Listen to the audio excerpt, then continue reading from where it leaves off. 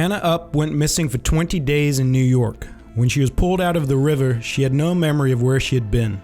This is the story of a rare psychological condition. The last thing Hannah remembered was going for a run along Riverside Drive in Manhattan. The next day, the 23-year-old was set to begin the new school year as a teacher at Thurgood Marshall, Harlem, in September of 2008. When her friends and family discovered she was missing, and they found her passport, wallet, MetroCard, and ID in her apartment, they searched all over the city, dividing it into sections, searching in groups, putting up flyers as they went. Though they were optimistic, they feared the worst. It didn't make any sense why she would disappear. Her friends said of her, "She lights up the room. Everyone you talk to is going to say she is their closest friend. She was raised to trust and care for everyone." In a Manhattan Apple store, a student of Pace University stopped a woman in running gear. When he asked her if she was the missing teacher, she waved him off and left the store. Police showed the security footage to Hannah's mom, Barbara, who was certain it was her, but they were at a loss as to why she denied her identity and why she hadn't contacted anyone who knew her or where she was going. 20 days after her disappearance, the captain of the Staten Island ferry spotted what they assumed was a dead body floating face down in the water. 2 crew members boarded a skiff to fish the body out. When they did, she gasped for air and began to cry. She was sunburned on one half of her body, and her skin looked as if she had been in the water for a long time. She had no idea of how she got there, or how much time had passed, but she remembered she was Hannah Upp. A short while later, she was on her way to the hospital to be treated for hypothermia, where she would be reunited with her friends and family. Doctors diagnosed Hannah as having dissociative fugue, a rare type of amnesia that involves a loss of identity and the inability to recall the past. For 20 days, she didn't know where she went, where she slept, or what she did and what she ate and drank, and how she managed to survive alone in one of the largest and busiest cities in the world. Dissociative fugue can last from a few hours to many years. It is often reversible, but not always, and if it does end, requires no treatment. It usually involves travel or wandering. People have been known to travel across continents, says Dr. Philip Coons, a professor emeritus at Indiana University. The explanation behind the fugue is that the person is running away from a bad situation. It is often the result of a trauma, and is most commonly associated with childhood victims of sexual abuse who learn over time to dissociate memory from the abuse. Something triggers the memory of the trauma, which results in either erasure of the victim's identity or a completely new identity forms in its place. It is one of the least understood psychological conditions, having been largely ignored. Aaron Krasner, a professor of clinical psychiatry, believes this is because the phenomena is so frightening. It's terrifying to think that we are all vulnerable to a lapse in selfhood. The truth is that identity and personality are not as concrete as we think they are. We tend to experience our identity as a thing, as if it's a constant, says Dr. Lowenstein, who's the leading doctor on fugues, but it's a lot less stable and has less unity than we want to believe. Pierre Janet was the first to develop formal theory on the condition. In 1889, he wrote, "Personal unity, identity, and initiative are not primitive characteristics of psychological life. They are incomplete results, acquired with difficulty after long work, and they remain very fragile."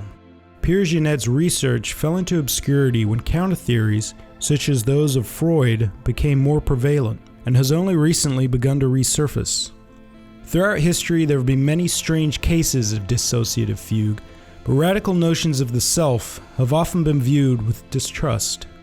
Judy Roberts, a reporter for the Tacoma News Tribune, disappeared in 1985 and was found 12 years later living in Alaska under the name Jane D. Williams. There were suspicions that she faked amnesia, but experts have come to believe that she genuinely experienced a fugue state. AMN, a 23-year-old insurance worker, had a fear of fire ever since witnessing a car crash at the age of 4. One of the cars caught on fire, and AMN saw the driver burn alive and heard their screams as their face was pressed up against the window. Many years later, AMN discovered a small fire in their basement, which triggered a fugue state. They had barely any memory of their partner of 6 years or their friends and co-workers. Ansel Bourne, the namesake of Jason Bourne, was a carpenter in 1857 when he was seized with the idea of becoming a preacher in Rhode Island after he experienced amnesia. Then in 1887, he went to Norristown, Pennsylvania, where he set up shop as a stationer and confectioner using the name A.J. Brown. 2 months later, he woke in the morning not knowing where he was and having no memory of the last few months. 2 psychologists traveled to study him, William James of Harvard and Richard Hodgson of the Society of Physical Research. Under hypnosis, he was able to access both personalities, but neither had any knowledge of the other. Hannah's mother, Barbara, believes that Hannah didn't adopt a new personality, but instead had a complete absence of identity, a kind of dangerous nothingness. With the help of police and doctors, she managed to piece together some of what she did. She logged into her email at the Apple Store, but nothing was sent or read. Doctors attributed her logging in to muscle memory, doing so out of habit. But once she opened her email, she didn't know who Hannah was and why everyone was looking for her, so she logged out and left. She spent a lot of time on Riverside Drive. Later she said of Riverside Drive, "There's something soothing about the sound of the water and just not feeling trapped in the concrete jungle." She had a large blister on her foot, which was evidence of the amount of time she spent on the move. It might partially explain why she removed her shoes and went in the water. "I don't think I had a purpose," she said. "Maybe I just didn't want my shoes anymore." She entered the water at Chelsea Pier at night during a full moon, a place she recalls as being where she attended a 9/11 memorial that had lanterns floating in the water. She swam several miles until she reached Robin's Reef, a small island with a lighthouse, which perhaps she was drawn to.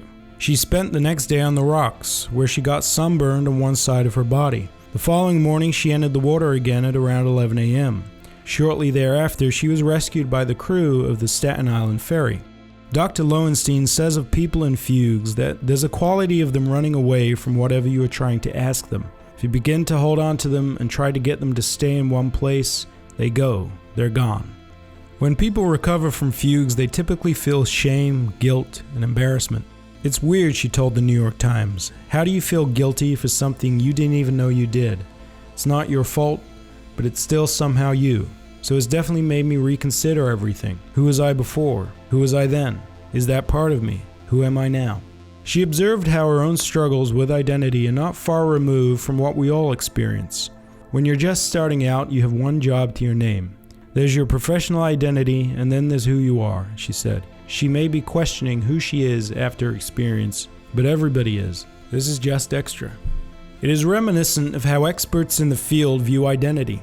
Ethel Cardenia, a professor of psychology at Lund University in Sweden, said, "In our culture, we have a nice narrative that personality is stable. That is a fiction. When a person enters a fugue and becomes someone else, or isn't there, it's an exaggerated version of the way we all are." Having no idea what the catalyst for a fugue was, Hannah had no way of preventing it in the future. 4 years after her first incident, she disappeared again. And once again, at the start of a new school year, this time in Maryland. After disappearing for 48 hours, she awoke to find herself in water, a creek, about 1.5 miles from her school. She had been texting, and on looking at the messages, there became a point where she didn't remember writing any of them. Later, Hannah moved to the U.S. Virgin Islands and continued to teach.